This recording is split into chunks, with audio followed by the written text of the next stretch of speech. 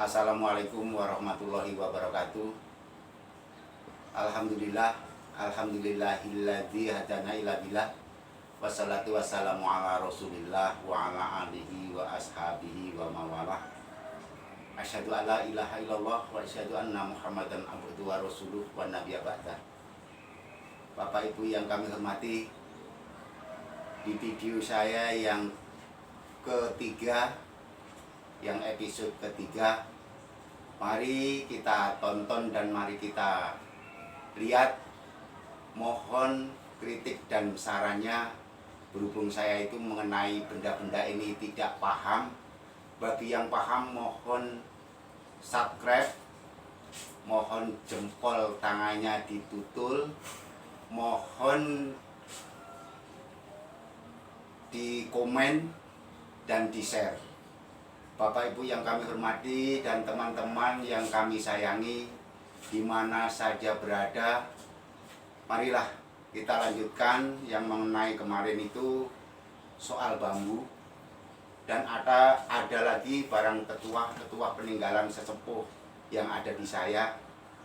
Mari kita simak mengenai kelanjutan bambu yang saya janjikan kemarin, yaitu bambu pate lele. Bapak Ibu yang kami hormati dan adik-adikku yang kami sayangi, kakak-kakakku yang kami hormati, ini ada bambu pate lele dan ceritanya agak panjang, saudaraku. Waktu tahun 1999, pas lahirnya anak saya yang ketiga yang namanya Guntur Budi Wijaya, waktu itu ada ceritanya mau bergowong, mau gelap, mau katanya ada bergowong. Nah, yang maksudnya bergowong itu gelap gulita waktu itu. Nah, kebetulan saya ke kebun, ini asalnya dari Nambangan.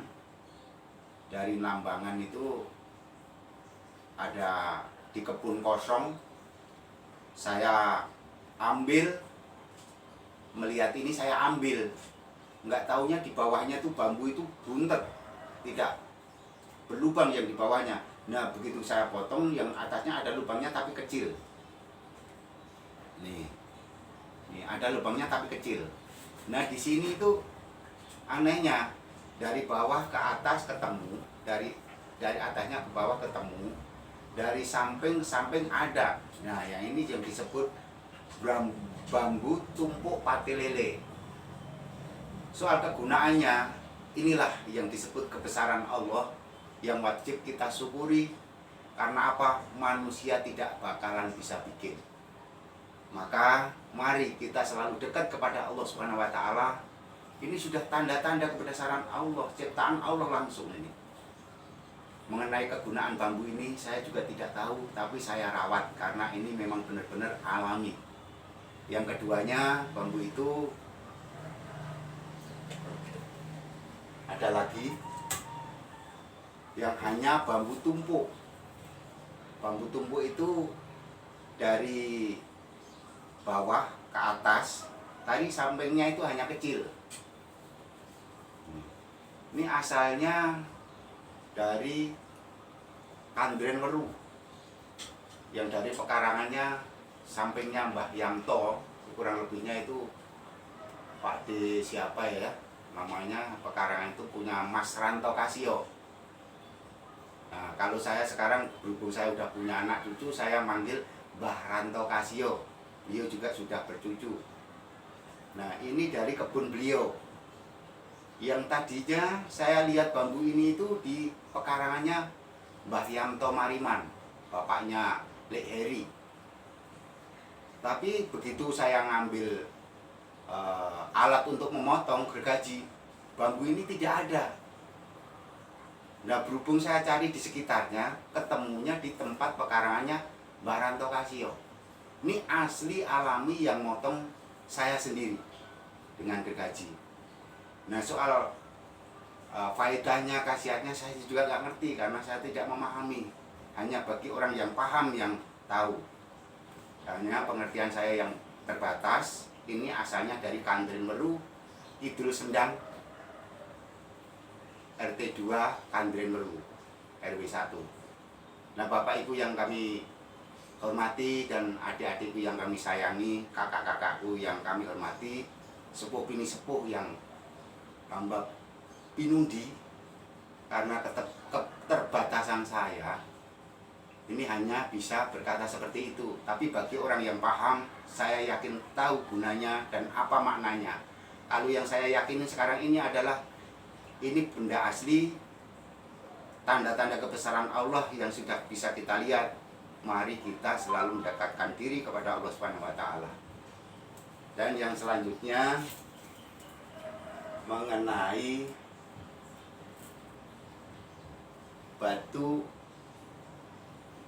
pemberian sesepuh yang disebut yaitu Kijing Bungkam. Kijing Bungkam ini kurang lebihnya berumur, saya nggak bisa menceritakan, pokoknya barang yang mengandung energi itu udah jutaan tahun. Bahkan kalau para ilmuwan mengatakan Kijing Bungkam ini udah jutaan tahun yang lalu ditemukan di dasar samudera. Ini ada dua, yang satu ini sama-sama Kijing Bungkam tapi tipenya lain. Yang satu ini dari lautan Maluku, yang satu ini dari sekitar laut Jawa.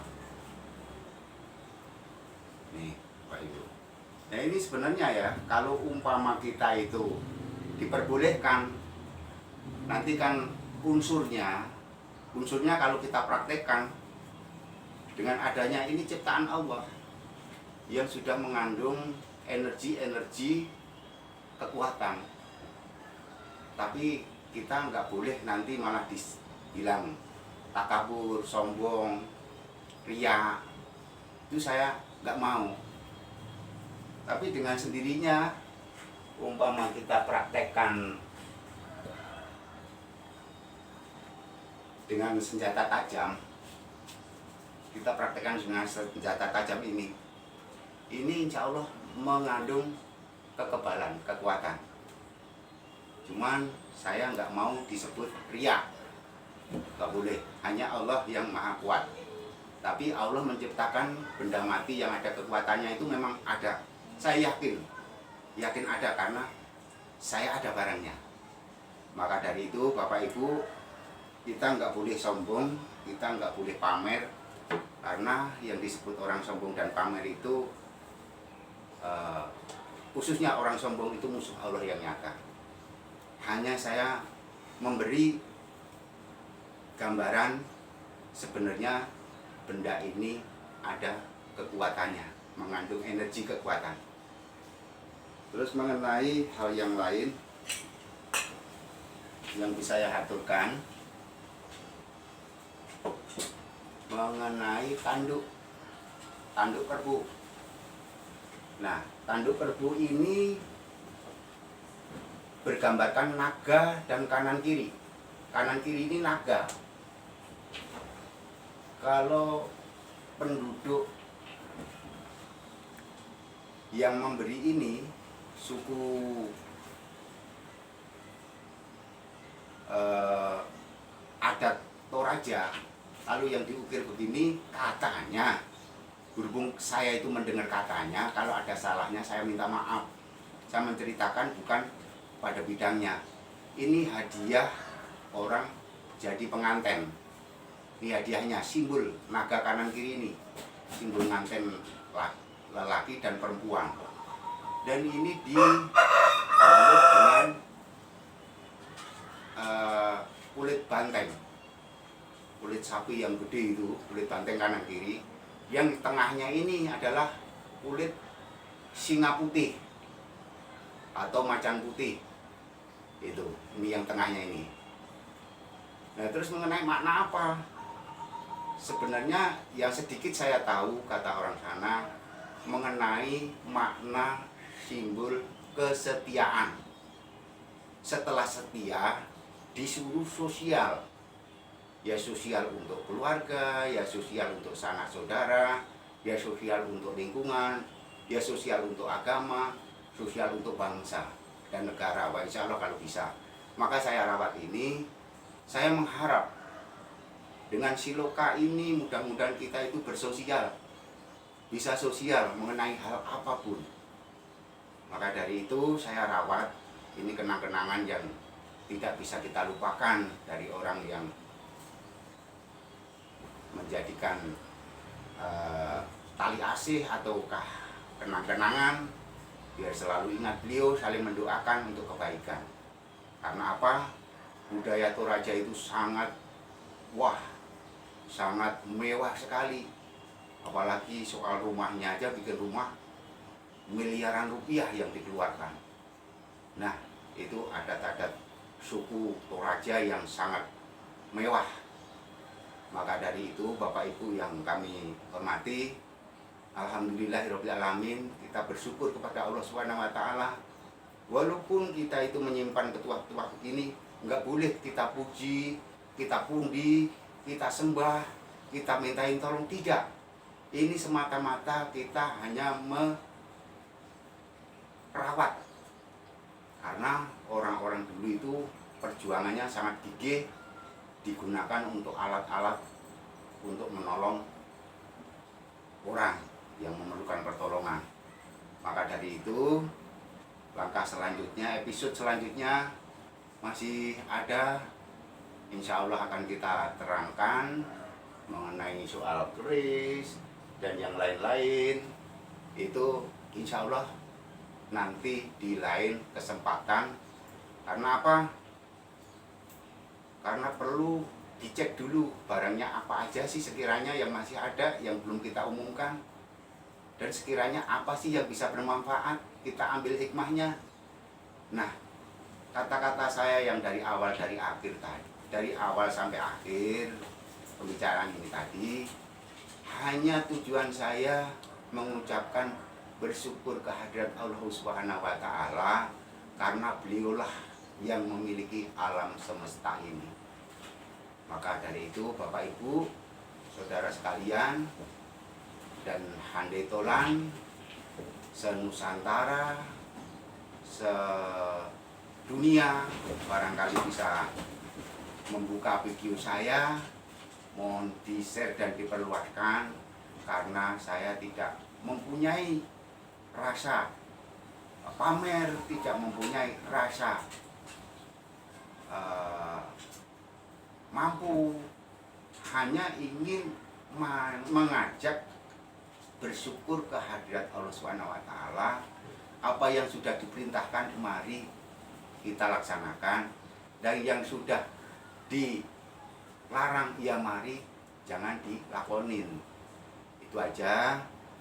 Ada kurang lebihnya mohon dimaafkan, mohon diberi kritik dan sarannya bagi bosku, bagi seniorku, bahkan insya Allah guru-guruku, mohon diberi saran untuk pribadi saya biar bisa menyampaikan yang lebih arif dan bijaksana dan lebih baik lagi. Kita cukupi dulu, mohon maaf segala kekurangannya. Wabillahi taufiq wal hidayah. Wassalamualaikum warahmatullahi wabarakatuh.